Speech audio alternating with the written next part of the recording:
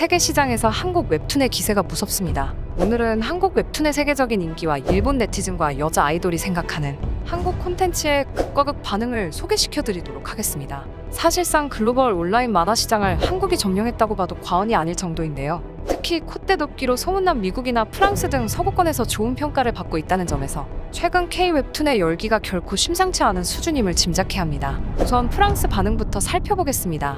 사실 프랑스는 전통적으로 유럽에서 만화와 애니가 유명한 나라이며 줄곧 넷플릭스에서 글로벌 1위 자리를 지키던 오징어 게임을 제치고 1등을 차지한 리그 오브 레전드를 원작으로 둔 아케인도 프랑스 애니 제작사가 만들었습니다. 하지만 웹툰에 대한 관심도는 그리 높지 않았습니다. 인터넷을 중심으로 한하위 문화의 한 갈래로만 여겨져 왔던 것인데요. 하지만 유럽 최대 만화 소비국답게 조금씩 웹툰 수요가 늘어나더니 웹툰 전문 플랫폼을 통한 디지털 유통도 확대되는 추세로 이어지고 있습니다. 원래 프랑스에서 가장 인기가 좋았던 만화는 다름 아닌 일본 만화였습니다. 2019년 기준으로 프랑스 만화 시장에서 일본 만화의 비중이 40%를 넘게 차지할 정도였죠. 하지만 최근 흐름은 분명 역전된 것으로 보입니다. 네이버 웹툰이 우리나라 플랫폼으로서는 처음으로 프랑스 구글 플레이 만화 부문에서 매출과 다운로드 수 모두 1위를 차지하며 유럽에서의 영향력을 강화하기 시작했죠. 그 중에서도 가장 열띤 화제를 모으고 있는 작품은 우리나라에도 인기작인 신이탑입니다. 네이버 웹툰에서 이미 10년 넘게 연재된 작품으로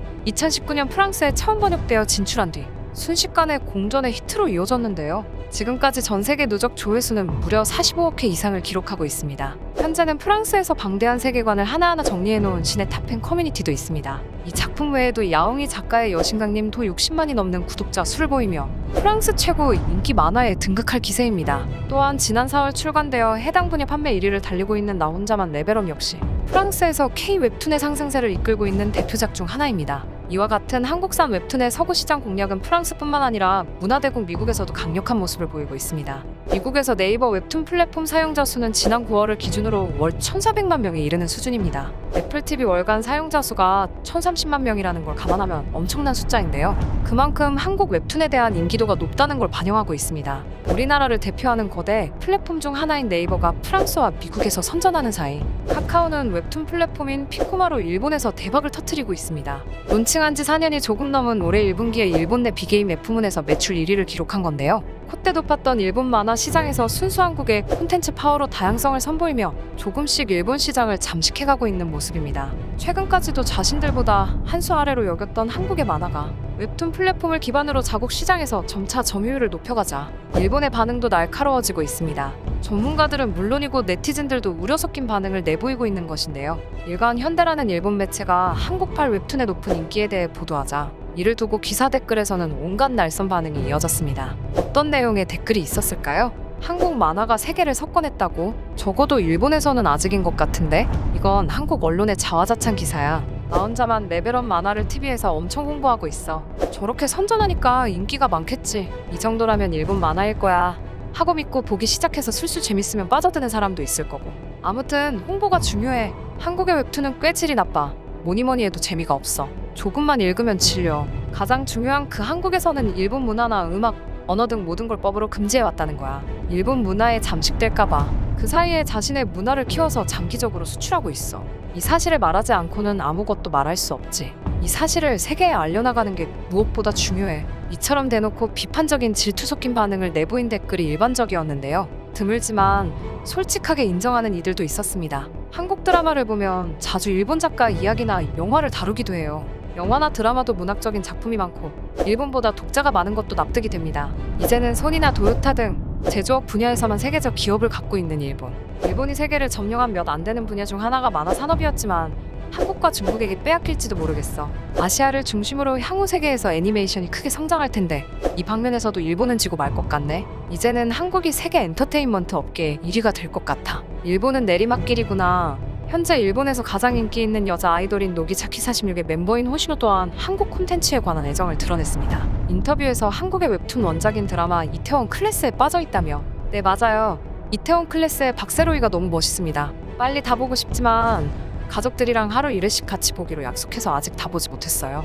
이태원 클래스를 다 보면 한국 드라마인 김비서는 왜 그럴까나 사랑의 불시착을 볼 예정인데 둘 중 무엇을 볼까 고민입니다. 라며 행복한 미소를 지었습니다. 행복한 그녀와 달리 일본 전문가들은 걱정이 앞서고 있습니다. 현재 언론을 통해 보도된 전문가 칼럼을 보면 기술이나 품질 측면에서 한 수 아래라고 여겼던 한국이란 나라에 어느새 따라 잡혀버렸다는 내용을 싣고 있는데요. 2000년대 들어 가전업계가 한국에 밀려 완전히 뒤처졌듯 이제는 만화에 있어서도 한국 웹툰에는 상대가 안 된다고 인정하고 있는 것입니다.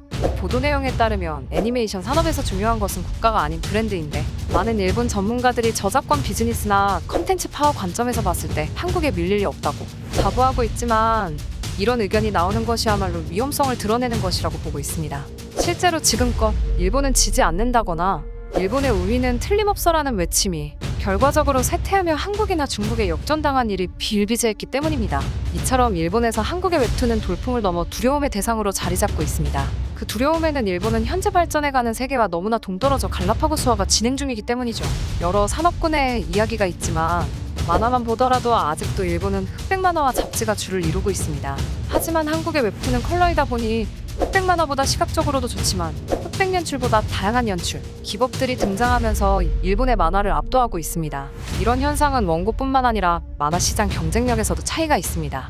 일본의 잡지를 통한 연재로 인해 작품 수가 제한되고 다양한 만화를 독자들에게 보여줄 수 없게 되는 단점 또한 존재합니다. 한국의 웹툰 플랫폼이 일본에 자리 잡게 된 이유도 여기에 있었죠. 일본 작가들은 한정되어 있는 연재 기회에 비해 너무나 많았고 그런 작가들을 한국 플랫폼들이 빨아들이면서 지금처럼 엄청난 성장을 거두며 일본 내 잡지와도 경쟁할 수 있게 되었습니다. 그리고 유명해진 플랫폼에 다시 한국의 우수한 웹툰 작품까지 진출하면서 일본 웹툰 시장은 점점 커지고 있습니다.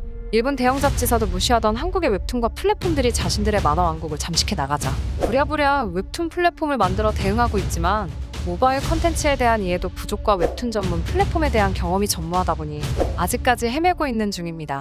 일본 만화 시장이 삽질하는 사이에 한국의 웹툰이 성장하며 다양한 작품들이 세상에 알려졌고 웹툰은 새로운 콘텐츠로 발전해 나가고 있습니다. 이미 대한민국 웹툰의 확장성은 웹툰 원작 영화나 드라마의 대성공으로 검증되고 있는데요.